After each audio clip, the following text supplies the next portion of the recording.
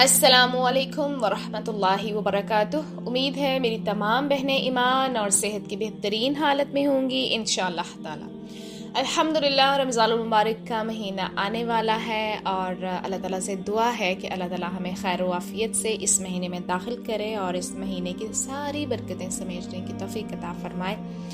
جب بھی یہ مہینہ آتا ہے نا تو ہمارے دلوں میں، ہمارے گھروں میں ایک عجیب خوشی کی لہر پیدا ہو جاتی ہے اور ساری پازیٹیو وائبس ہمیں آتی ہیں اور نیگیٹو وائبس نکل جاتی ہیں، کیونکہ ہمیں حدیث سے ملتا ہے نا کہ آپ صلی اللہ علیہ وسلم نے فرمایا کہ اس مہینے میں آسمان کے دروازے کھول دیے جاتے ہیں اور جہنم کے دروازے بند کر دیے جاتے ہیں۔ تو ہم سب یہاں اللہ تعالیٰ کی عبادت کرتے ہیں اس مہینے میں، اور ہم عبادت کیوں کرتے ہیں؟ ہم عبادت اسی لیے کرتے ہیں نا کہ اللہ تعالیٰ ہم سے راضی ہو جائیں اور ہماری ہر دعا کو سنے اور پھر قبول بھی کرے۔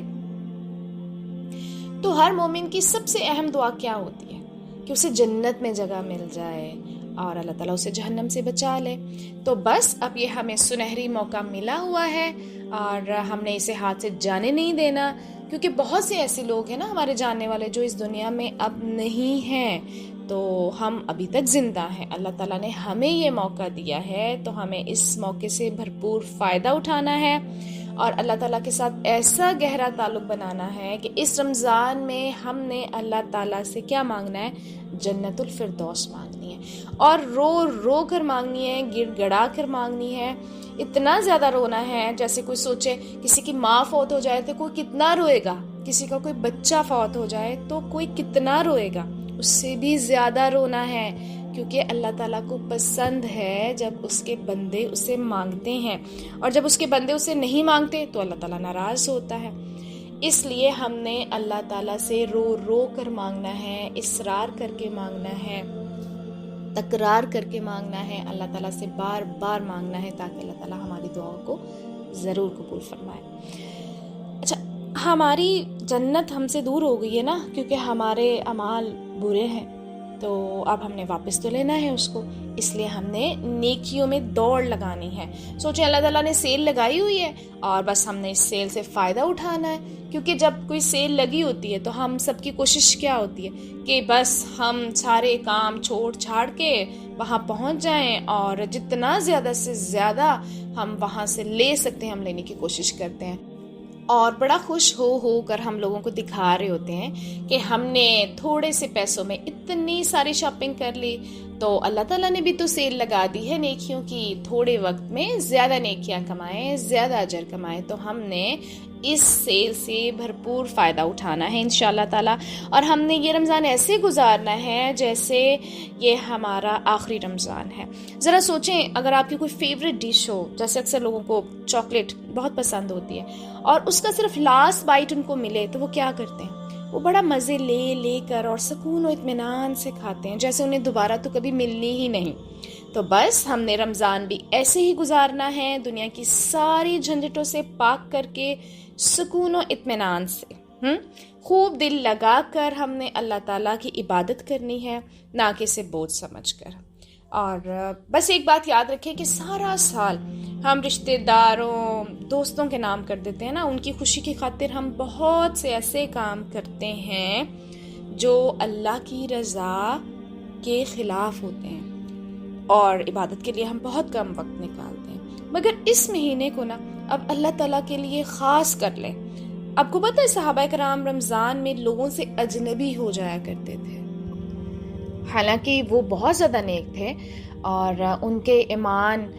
کا لیول بھی بہت زیادہ تھا، ان کا اخلاق بھی بہت اچھا تھا ماشاءاللہ، مگر رمضان المبارک میں ان کی کوشش ہوتی تھی کہ زیادہ لوگوں سے میل جول کی بجائے اپنی عبادت پر فوکس کریں۔ اور ہم کیا کرتے ہیں؟ ہم تو اس سے الٹا ہی کرتے ہیں نا، کہ ہم دنیا جہاں کی دعوتیں اس مہینے میں رکھ لیتے ہیں، اور بہانہ ہمارے پاس کیا ہوتا ہے کہ ہم تو افطاریاں کروا رہے ہیں، اور یہ بھی تو ثواب کا کام ہے۔ اب ذرا خود سوچیں، جب آپ کسی رشتہ دار کی افطاری کرواتے ہیں تو زیادہ فوکس آپ کا عبادت پر ہوتا ہے یا کھانے کی ڈیفرنٹ ویرائٹیز پر ہوتا ہے؟ اور دل میں آپ کے افطاری کا اجر کمانے کی نیت زیادہ ہوتی ہے یا اپنی بنائی گئی ڈشز پر تعریف سننے کی نیت زیادہ ہوتی ہے؟ اور اس کے علاوہ افطاری کے بعد پھر ٹی پارٹی بھی چلتی ہے، جب ہماری نماز عشاء اور تراویح کا وقت ہوتا ہے تب ہم مل کر دنیا جہاں کی گوسپس کر رہے ہوتے ہیں، اور اگر نماز عشاء پڑھیں بھی تو پھر ہم اسے بوجھ سمجھ کر بس جلدی جلدی پڑھتے ہیں۔ اگر افطاری کا اجر کمانے کا اتنا ہی دل ہے تو افطاری اپنے رشتہ داروں کے گھروں میں بھجوا دیں، غریب اور مسکین لوگوں کی افطاریاں کروا دیں، لوگوں کے گھروں میں راشن ڈلوا دیں، کیونکہ روزے کا اصل مقصد تو دکھاوا نہیں ہوتا نا، بلکہ روزہ تو ہے ہی ضبط کا نام، کنٹرول کرنے کا نام۔ تو ہم نے ہر طرح کی ریاکاری کو، ہر طرح کی فضول خرچی کو کنٹرول کرنا ہے، اور زیادہ سے زیادہ صدقات کریں اور کوشش کریں کہ اپنی نیکیوں کو چھپائیں، کیونکہ جب ہم سے کوئی گناہ ہو جاتا ہے تو ہم کیا کہتے ہیں، ہماری کوشش ہوتی ہے کہ ہمارا یہ گناہ کسی کے سامنے نہ آئے، ہم اسے چھپاتے ہیں۔ تو کبھی کوئی نیکی بھی چھپا کر لیا کریں، کیونکہ ہمارے پاس ایٹ لیسٹ کچھ تو ایسی نیکیاں ہونی چاہیے جو صرف ہمارے اللہ کو اور ہمیں معلوم ہو۔ ہمیں جب بھی اللہ تعالیٰ سے ہم کوئی دعا کرتے ہیں اور ہم نے اللہ تعالیٰ سے کوئی دعا قبول کروانی ہوتی ہے تو ہمیں کہا گیا ہے نا کہ اپنے نیک اعمال کا وسیلہ دو، تو کیا ہمارے پاس ایسی نیکیاں ہیں کہ ہم ان کا وسیلہ دے سکیں کہ یا اللہ تعالیٰ ہم نے یہ فلاں نیک کام صرف تیری رضا کے لیے کیا تھا، تو اب تو ہماری یہ دعا قبول فرما دے۔ تو نیکیوں میں اپنا بینک بیلنس بڑھائیں، ٹھیک ہے، جیسے ہم پیسوں میں بڑھاتے ہیں نا، اس طرح نیکیوں میں اپنا بینک بیلنس بڑھانے کی کوشش کریں۔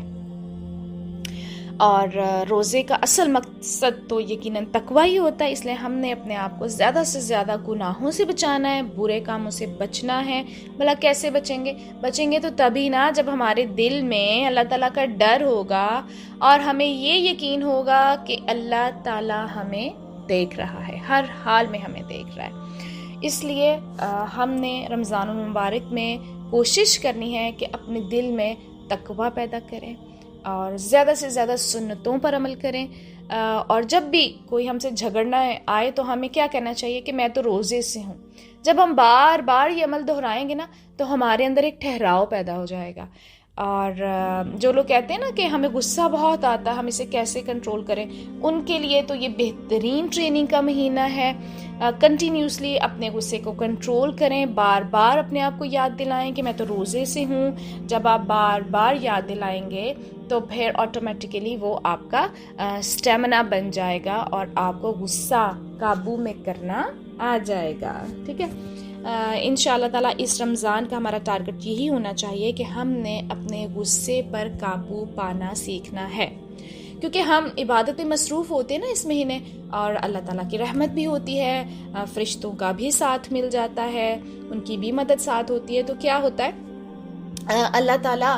ہمارے لیے آسانیاں پیدا کر دیتے ہیں ہر معاملے میں، اور شیطان تو ویسے ہی قید ہوتا ہے، ٹھیک ہے، اللہ یہ کہ ہمارا اپنا جو نفس ہے وہ ہمیں کوئی برائی کرنے پہ مجبور کر دے۔ تو ہم نے کیا کرنا ہے، نیکیوں میں دوڑ لگانی ہے۔ اس رمضان المبارک میں سیل لگی ہوئی ہے اور بس ہر نیکی کو ہم نے خریدنا ہے، اور خریدیں گے تبھی جب ہم اپنے نفس کو کنٹرول میں رکھیں گے۔ تو دنیاوی خواہشات کی دنیا سے ذرا باہر نکلیں اور جنت کی خواہش لیے اس رمضان المبارک میں داخل ہوں۔ اللہ تعالیٰ ہم سب کی مدد فرمائے، اللہ تعالیٰ ہم سب کو رمضان المبارک کی تمام رحمتیں، تمام برکتیں سمیٹنے کی توفیق عطا فرمائے، اور ہم سب کو جنت الفردوس میں اعلیٰ مقام عطا فرمائے۔ اپنا بہت خیال رکھیے گا، دعاؤں میں یاد رکھیے گا۔ جزاکم اللہ خیراً کثیرا۔